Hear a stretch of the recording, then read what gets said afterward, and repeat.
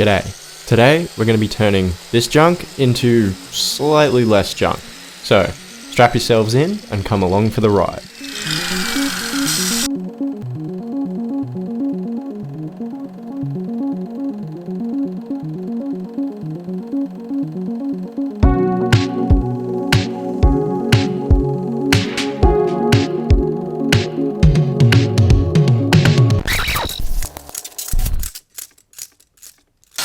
With any luck, you found just as good of a deal on what's practically dirty scrap metal. So, break out the wire brushes on a grinder or drill to help uncover the diff under the layers of rust. Don't forget to put on every piece of safety equipment you own.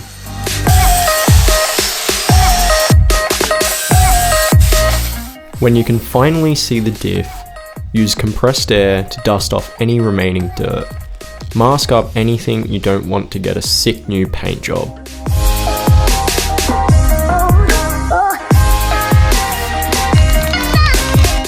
Now, you can start applying the first layer of brand new in a can. Let it dry before laying down the colour.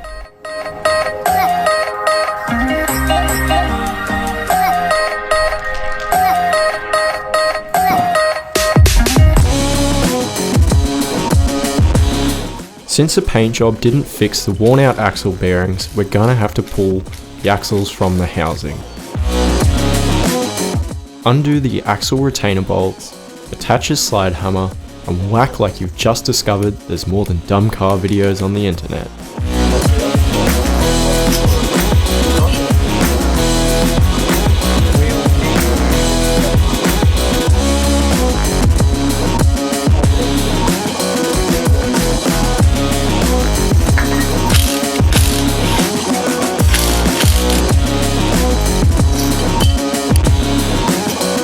If you got a great deal like us, these axles will be rusted in good. Tip out any oil, and if it looks like the last oil change was done with mud, tip some Caro through to get the big chunks out.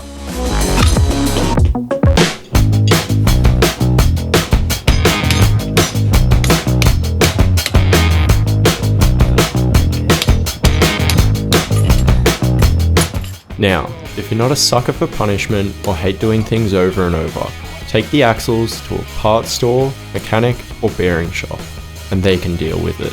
This being said, if you don't mind exploding bearings, have access to a bearing puller and a press, bravely forge on.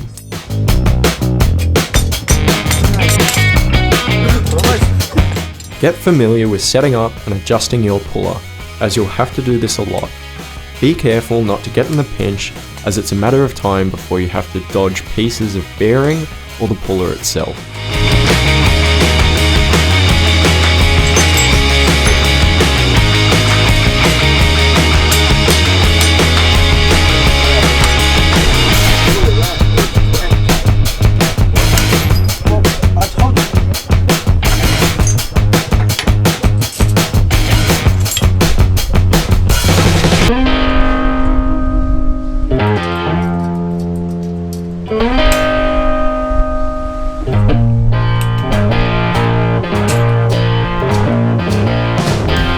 Once the animosity of the previous mishaps have cleared, and you've shown that axle you're not scared of it anymore, it's time to press on the new bearing and collet. Check with a feeler gauge that the bearing is seated all the way on the axle. Clean up the axle housing with some wet and dry, put the brake backing plates on the axle, slide the lot in the housing, a few taps of a hammer, and the axle is seated. Make sure to use a calibrated torque wrench to tighten the retaining bolt. We decided that neither one of us wanted to pump fluid into the rear end of a 40-year-old, so I tipped oil straight into the housing instead. Something to note is make sure the backing plates are the correct way around, as even us seasoned amateurs managed to stuff this up.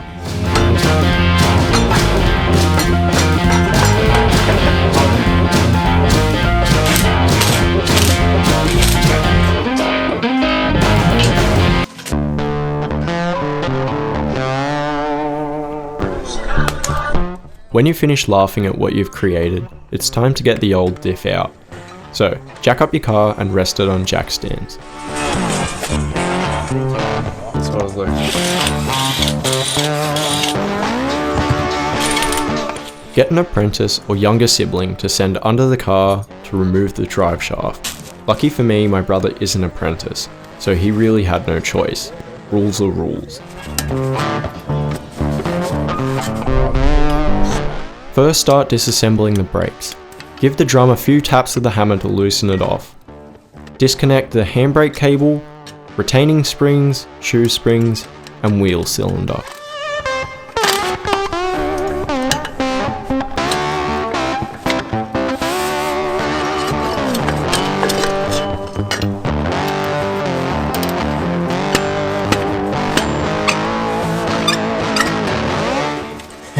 You have crunchy face. Well, there's your problem. That would have been our problem then.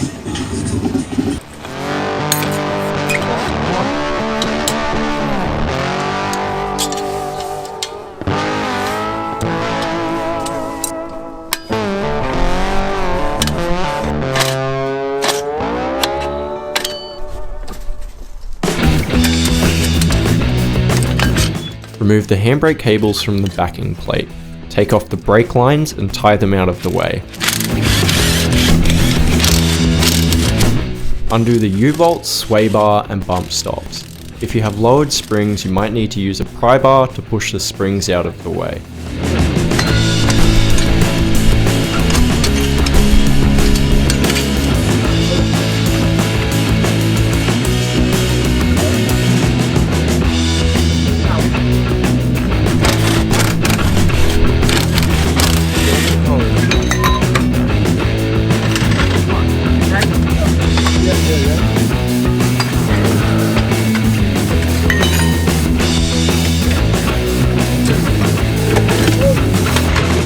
Once you have removed your dirty, leaky, old rear end, it's time to put the fresh diff in.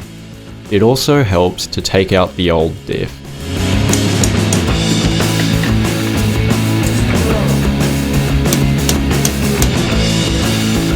Make sure the axle is properly located on the spring center bolts. Reassemble the U-bolts, sway bar and bump stops using a calibrated torque wrench.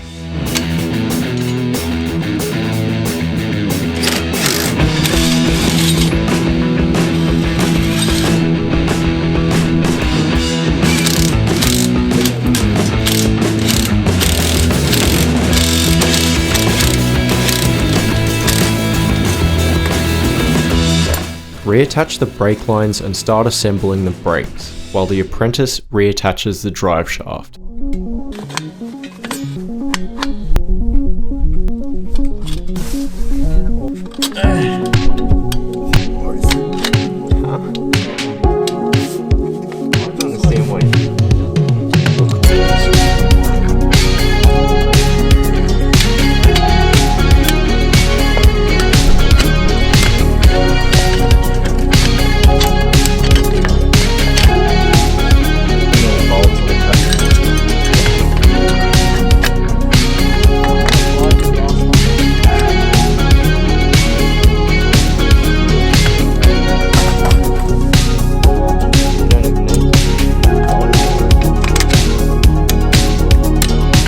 Now the brakes are back together, you will need to bleed them. Connect up a bleeder kit or clear hose in a water bottle to the bleeder nut on the wheel cylinder. Get the apprentice to pump the brake pedal a few times and hold it to the floor while you open and close the bleeder. Repeat this until no more air bubbles show, stopping occasionally to top up the brake master cylinder reservoir. Take a flick for the gram, slap the wheels back on, and use the sketchiest jack you can find to let the car back on the ground. Now it's time to take the car for a test ride.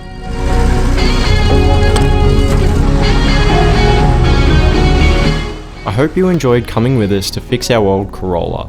Let us know in the comments if you want to see more of our little Corolla or another one of our diamonds in the rough.